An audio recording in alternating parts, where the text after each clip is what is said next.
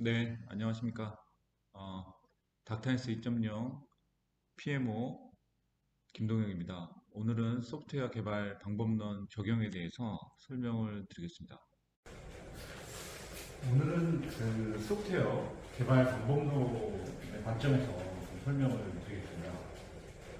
소프트웨어 개발 방법론을 적용할 때는 가장 중요한 것이 그 개발하고자 하는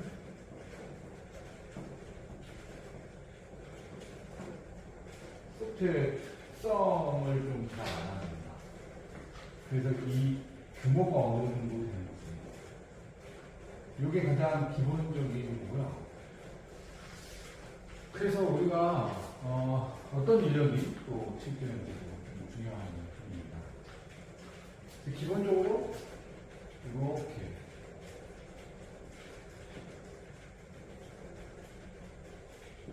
모델을 적용을 하게 됩니다. 어떤 프로젝트를 이제 시작을 하게 되면 이 모델을 적용을 해서 결국에는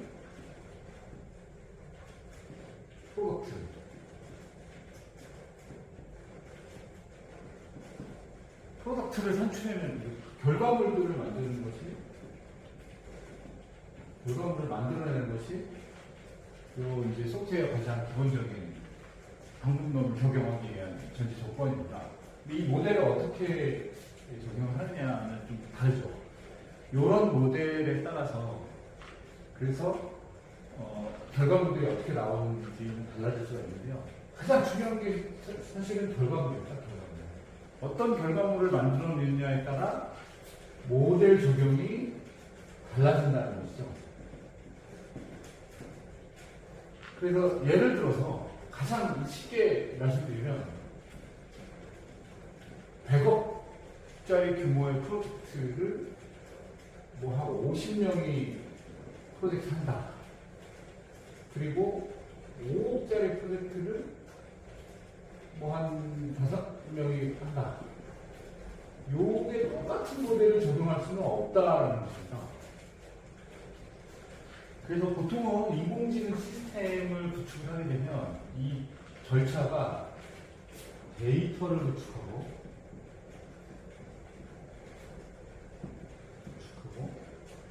그 다음에 알고리즘을 개발하죠. 그래서 이 알고리즘의 성능을 토대로 소프트웨어를 개발하게 됩니다. 그래서 이제 소프트웨어를 개발하게 됩니다. 그 다음에 이제 서비스를 하게 될 텐데, 요 인공지능 솔루션을 개발하는 게 가장 기본적인 그 절차입니다. 그랬을 때 우리가 어떤 소프트웨어를 어떻게 개발하느냐에 따라서는 모델을 적용하는 모델이 달라진다는 겁니다. 이 적용하는 모델의 경우에는 가장 기본적으로 우리가 뭐 워터풀이고 그 다음에 뭐 프로토타입이고 그 다음에 뭐 스파이럴이 있고 이터레이션이 있고 에자일 프로세스를 적용하는 경우가 있죠. 가장 기본적인 뭐 방법론인데, 근데 여기서는 뭐 다 아시다시피 결국에는 요 프로덕트를 항상 인지하고 있어야 됩니다. 아주 중요합니다. 이 프로덕트를 어떻게 그 최종 서비스가 어떻게 나올 거냐, 이걸 먼저 항상 그림을 그리고 요게 염두에 두고 우리가 모델을 적용해야 되는 것이거든요. 그래서 여기에 대한 그림이 어느 정도 이미지가 그려지지 않고 모델을 적용한다면 이거는 아주 어려운 프로젝트를 진행할 수밖에 없습니다.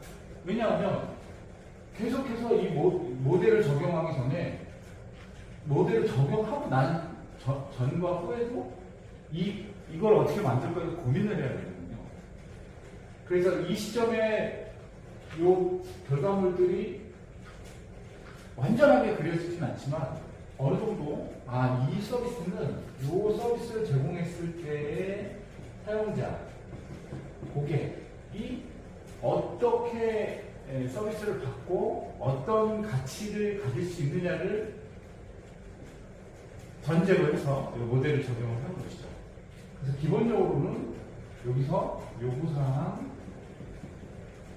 정의하고 이 요구사항을 토대로 분석을 하겠죠.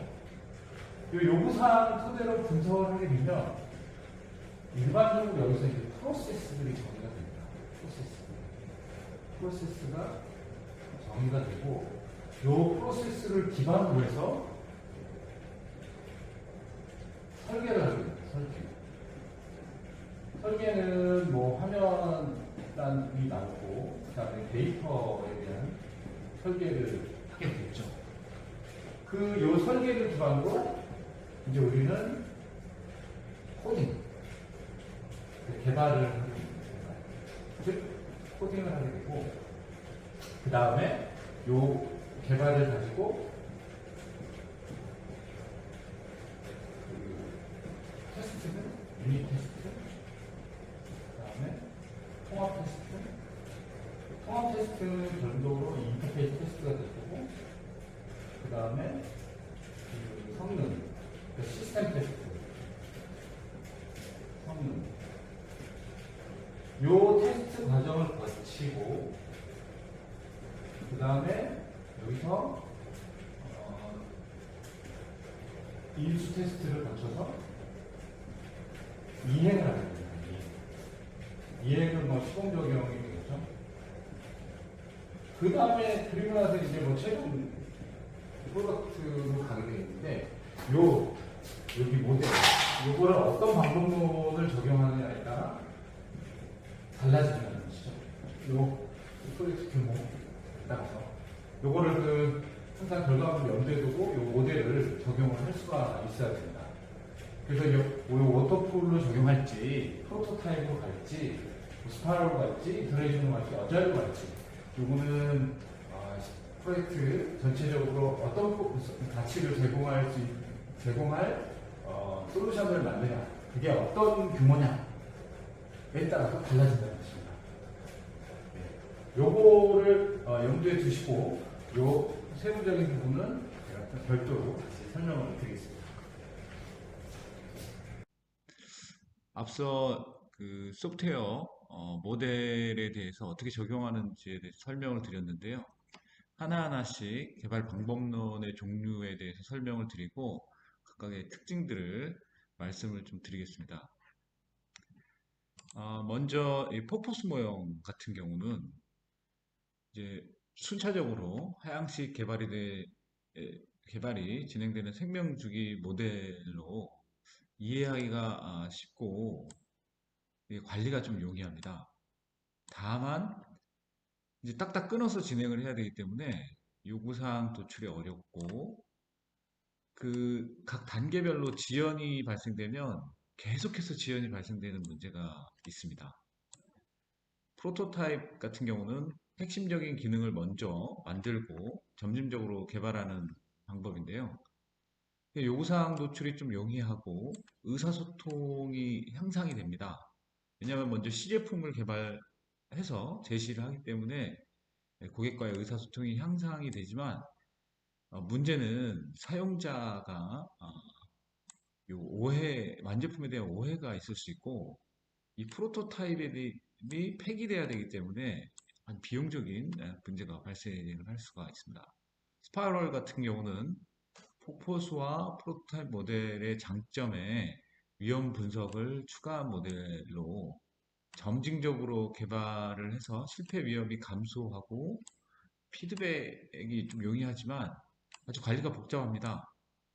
이 나선형 모형과 반복적 모형의 특징은 어, 전체적으로 시스템을 여러 번 반복해서 릴리즈를 하기 때문에 에, 피드백도 용이하고 테스트도 좀 용이하지만 관리가 좀 복잡한 게 문제입니다. 그래서 반복적인 모형은 증분 개발과 개발 모델이 있는데, 이건 이제 다음 그 장표에서 좀 상세히 설명을 드리겠습니다. 에자일 모델 같은 경우는 특정 개발 방법론을 의미하는 것이 아니고 의사소통을 강조한 모델입니다. 그래서 생산성이 향상되고 팀워크가 향상되고 고객과의 의사소통이 원활하게 수행이 될 수 있지만 팀 문화가 선행되지 않으면 이 에자일 모델을 적용하기가 좀 어려운 그런 문제가 좀 있습니다.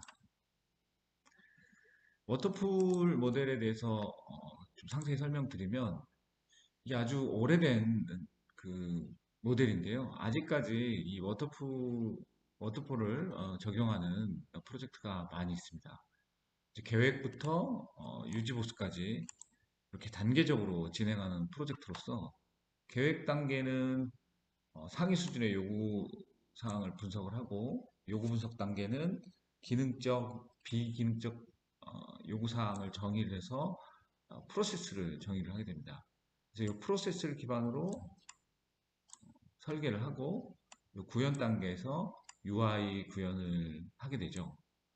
그러면 이 UI 구현된 사항을 기능적, 비기능적 요구사항 기반으로 테스트를 시행하고 시범 적용해서 요 프로덕트가 나오면, 솔루션이 나오면 유지보수하는 그런 모델로 보시면 됩니다. 다음은 이제 프로토타입인데요. 프로토타입의 중요한 것은 요 시제품을 먼저 개발을 하는 것입니다. 그래서 요구사항을 기반으로 시제품을 설계를 하고 이 시제품을 개발을 해서 어, 고객 사용자에게 먼저 이 시제품 평가를 받게 됩니다. 그래서 이 요구사항에 대한 오류가 좀 줄어들 수가 있는 장점이 있습니다. 그래서 전체적인 규모를 개발을 할 땐 원하는 시스템을 개발을 하고 이 시제품을 좀 어떻게 할 것인지 폐기하는 전략이 필요한데요. 이럴 때는 좀 추가적인 비용이 발생할 수 있는 단점이 있습니다. 스파이럴 같은 경우는 사전에 주요 기능들에 대한 위험을 분석해서 반복적으로 수행하는 이런 모델로 보시면 되는데요. 보시는 바와 같이 고객의 요구사항을 초기에 위험을 분석을 하고 초기 위험 분석을 하고 초기 프로토 시제품을 만듭니다. 그러면 요거를 이제 고객이 평가를 하고 고객의 평가를 반영한 또 요구사항을 가지고 또 다음 단계 프로토타입을 만들어서 고객 평가를 받고 최종적으로 요구사항을 개발하는 이런 프로세스로 진행이 됩니다. 그리고 이터레이션 같은 경우는 크게 진화적인 개발 방법론과 그 다음에 증분 개발 방법론이 있는데요. 진화적인 개발 방법론은 크게 요구사항을 가지고 핵심 기능을 먼저 개발을 합니다. 그 다음에 핵심 기능을 개발하고 그 다음 단계로 이렇게 하나씩 추가적인 기능들을 개발함으로써 진화적으로 점진적으로 개발하는 이런 모델이 진화적 개발 방법론이고 증분 개발 방법론 같은 경우는 하나의 모듈들을 개발해서 이렇게 붙여나가는 이런 개발이 증분 개발 모델로 보시면 됩니다. 그래서 이렇게 첫 번째 증분은 좀 위험이 높고 검증이 안 된 경험이 없는 기술 아키텍처 전체를 대상으로 하도록 하고 기술진이 마감할 때까지 제품을 완전하게 구현할 수 없을 때 좀 유용합니다. 그래서 모든 증분이 개발 완료된 후 릴리즈하는 방법론이 이터레이션 모델이라고 보시면 됩니다. 마지막으로 이제 에자일 모델에 대해서 설명드리면 에자일은 어떤 특정 개발 방법론을 말하는 것이 아닙니다. 개발자 관점에서 페어 프로그래밍을 수행해서 고객에게 즉각적인 피드백을 주고 이런 이해관계자들이 자주 소통을 해서 빠르게 대응하는 프로세스인데요. 애자일 선언문을 크게 말씀드리면 프로세스와 도구보다는 상호작용과 개인, 포괄적인 문서보다는 동작하는 소프트웨어, 계약 협상보다는 고객과의 협력, 계획 준수보다는 변화에 대응하는 응대. 그러니까 좀 더 소프트 개발을 효율화하자. 의사소통을 통해서 효율화하자라는 것이 애자일 모델이고, 애자일 모델에는 크게 익스트림 프로그래밍과 스크럼이 있습니다. 익스트림 프로그래밍은 고객과 함께 2주 정도 반복 개발하고 테스트와 우선 개발을 특징으로 하는 기술을 가진 프로세스로 대표적인 애자일 개발 프로세스고, 스크럼은 30일마다 동작 가능한 제품을 제공하는 스프린트를 중심으로 해서 매일 정해진 장소에서 정해진 시간에 개발팀이 프로젝트 관리 중심으로 소통을 해서 진행하는 프로세스라고 보시면 됩니다. 지금까지요, 이렇게 개발 방법론에 대해서 좀 설명을 드렸는데요. 실제 우리가 소프트웨어를 적용을 할 때, 방법론을 적용할 때 어떤 방법론을 가지고 어떤 규모에 따라서 테일러링하는 그런 과정이 필요합니다. 앞서 설명드렸다시피 모든 프로세스는 규모에 따라서 프로세스를 적용하는 게 달라지기 때문에 이렇게 어, 기업 자체에서 요구 분석, 설계, 구현, 테스트 여기 이 단계별로 규모에 따라서 어떤 프로젝트는 어떤 프로세스를 적용을 할 것인지 이렇게 정의하는 것이 방법론 테일러링 가이드로서 우리가 소프트웨어 개발하기 전에 반드시 거쳐야 되는 과정이라고 보시면 됩니다. 네, 이상으로 오늘 그 방법론 소프트웨어 개발 모델에 대해서 좀 설명을 드렸습니다.